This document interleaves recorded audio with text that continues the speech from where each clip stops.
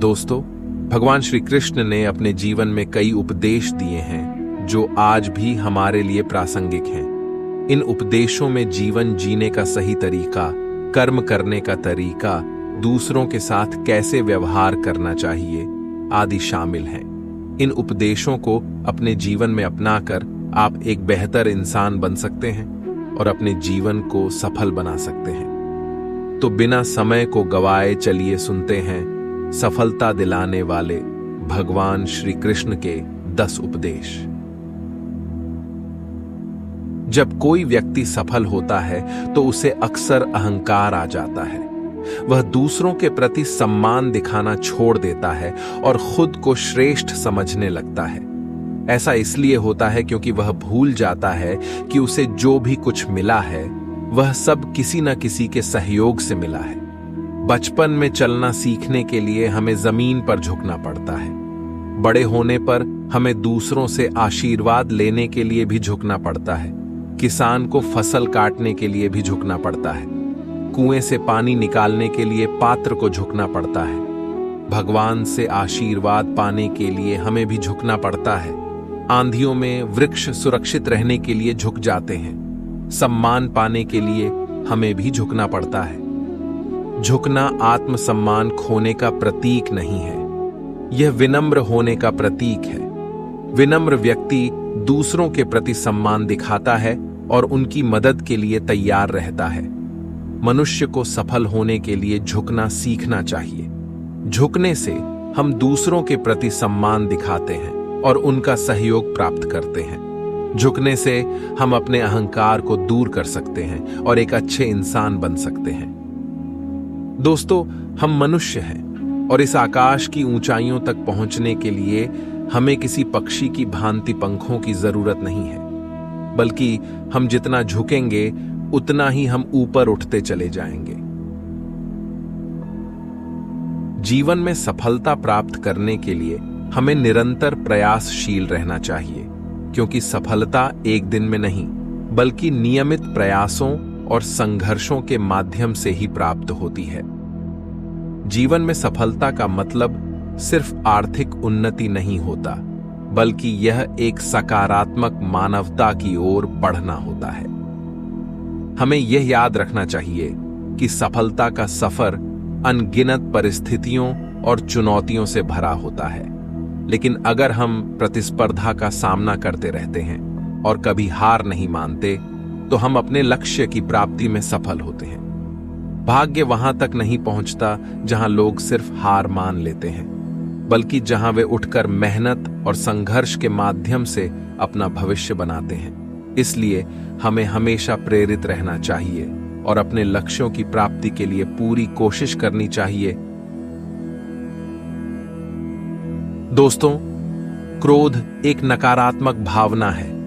यह हमें अंधा कर देता है और हमें सही निर्णय लेने से रोकता है। जब हम क्रोध में होते हैं तो हम अपने आसपास की चीजों को नहीं देख पाते हैं। हम सिर्फ अपने गुस्से पर ध्यान केंद्रित करते हैं। क्रोध से बोले गए शब्द और किए गए कार्य रिश्तों को भारी नुकसान पहुंचा सकते हैं, जो धीरे धीरे उन्हें टूटने की दिशा में ले जाता है। इसलिए हमें अपने संबंधों को बनाए रखने के लिए विचारशीलता, समर्पण और समझदारी के साथ क्रोध को नियंत्रित करना चाहिए। जब हम प्रेम और समर्पण से अपने संबंधों का निर्माण करते हैं तो हम उन्हें सजीव, समृद्ध और संप्रेषण के साथ भर देते हैं। प्रेम से बोले गए शब्द और किए गए कार्य एक सकारात्मक संबंध की नींव रख सकते हैं, जो समझदारी, सतर्कता और सहमति पर आधारित होता है। यह प्रेम संबंधों को समर्थन और आत्मविश्वास प्रदान करता है, जिससे वे हर कठिनाइयों का सामना कर सकते हैं। यह एक ऐसा वातावरण बनाता है जिसमें संबंधों का सहारा होता है और वे एक दूसरे के साथ बढ़ते हैं। हम सभी ने कभी न कभी पक्षियों को अपने बच्चों को पालते हुए देखा होगा।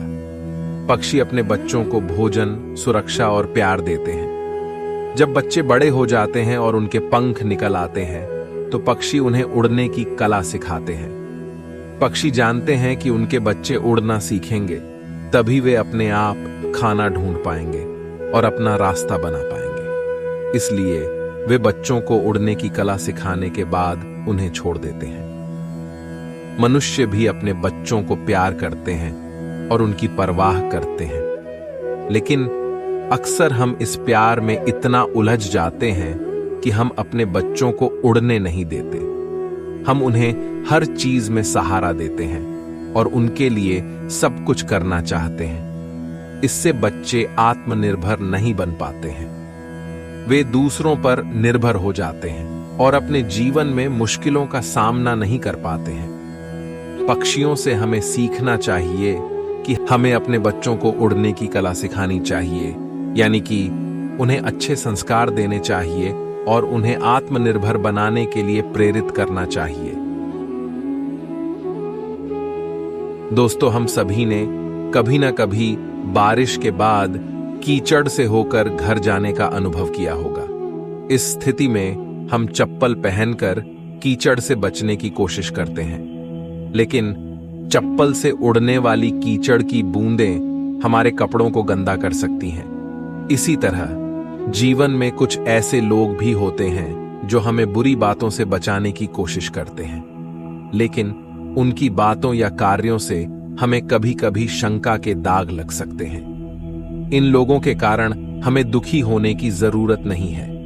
हमें यह सोचना चाहिए कि क्या हमें कीचड़ से बचना है या कपड़ों को गंदा होने से बचाना है। जीवन एक अनमोल उपहार है। इसे हमें ईश्वर द्वारा दिया गया है। हमें अपने जीवन का आनंद लेना चाहिए, लेकिन अगर हम हर बात को गंभीरता से लेंगे तो हम जीवन का आनंद नहीं ले पाएंगे। इसलिए हमें अपने जीवन में कुछ ऐसी चीजें करना चाहिए जो हमें खुशी और आनंद देती हैं। हमें प्रकृति से जुड़ना चाहिए, दूसरों की मदद करनी चाहिए और अपने सपनों को पूरा करने के लिए प्रयास करने चाहिए। दोस्तों, आप इस संसार में ऐसे कई लोगों को जानते होंगे जिन्हें आप स्वार्थी मानते हो और आपकी आवश्यकता पड़ने पर ही आपका स्मरण करते हैं, अन्यथा वर्षों तक कहीं दिखाई नहीं पड़ते हैं। लेकिन उनको जैसे ही आपकी आवश्यकता पड़ती है तो वे लोग हाथ जोड़कर आपके सामने आ जाते हैं। ऐसे लोग हमें स्वार्थी लग सकते हैं और हमें उनसे गुस्सा आ सकता है, लेकिन हमें ऐसे लोगों को स्वार्थी नहीं मानना चाहिए। अब आप ये सोच रहे होंगे कि ऐसा क्यों? क्योंकि भगवान श्री कृष्ण कहते हैं कि स्मरण रखिएगा कि दीपक का स्मरण व्यक्ति केवल तभी करता है जब अंधकार गहरा हो जाता है। इसलिए उस व्यक्ति को स्वार्थी मानकर खुद व्याकुल ना होइए, बल्कि स्वयं को दीपक मानकर आनंदित होइए और खुद को भाग्यवान समझिए, क्योंकि किसी को जरूरत पड़ने पर आपकी याद आती है और आप इस संसार में किसी की सहायता करने के योग्य है। इस जीवन में किसी के स्वार्थी होने से स्वयं का दृष्टिकोण न बदले। हमारा शरीर प्रकृति की सर्वोत्तम रचना है। इसमें मौजूद हर अंग और तत्व का अपना एक संदेश है। आइए जानते हैं कि हमारे शरीर के अंग हमें क्या संदेश देते हैं। दोस्तों, हमें 2 आंखें दी गई हैं देखने के लिए, 2 कान दिए गए हैं सुनने के लिए, 2 नथुने दिए गए हैं सांस लेने के लिए, 2 हाथ दिए हुए हैं दोहरा परिश्रम करने के लिए, लेकिन जीभ केवल एक ही दी गई है। उस पर भी नकुले बलिष्ठ दांत दिए हुए हैं उसकी रक्षा के लिए, क्योंकि शब्द और शब्दों का उपयोग मनुष्य का सबसे बड़ा शस्त्र है, जिसका उपयोग जितना सोच समझकर किया जाए उतना ही मनुष्य अपने जीवन में ऊपर उठता है। इसीलिए दोस्तों, अधिक समझो, देखो और सुनो, लेकिन बोलो कम, फिर आपको सफल होने से कोई नहीं रोक पाएगा। दोस्तों, यदि आपसे पूछा जाए कि दूध और मक्खन में क्या संबंध है, तो आप कहेंगे कि यह तो सरल सी बात है, दूध से ही तो मक्खन बनता है।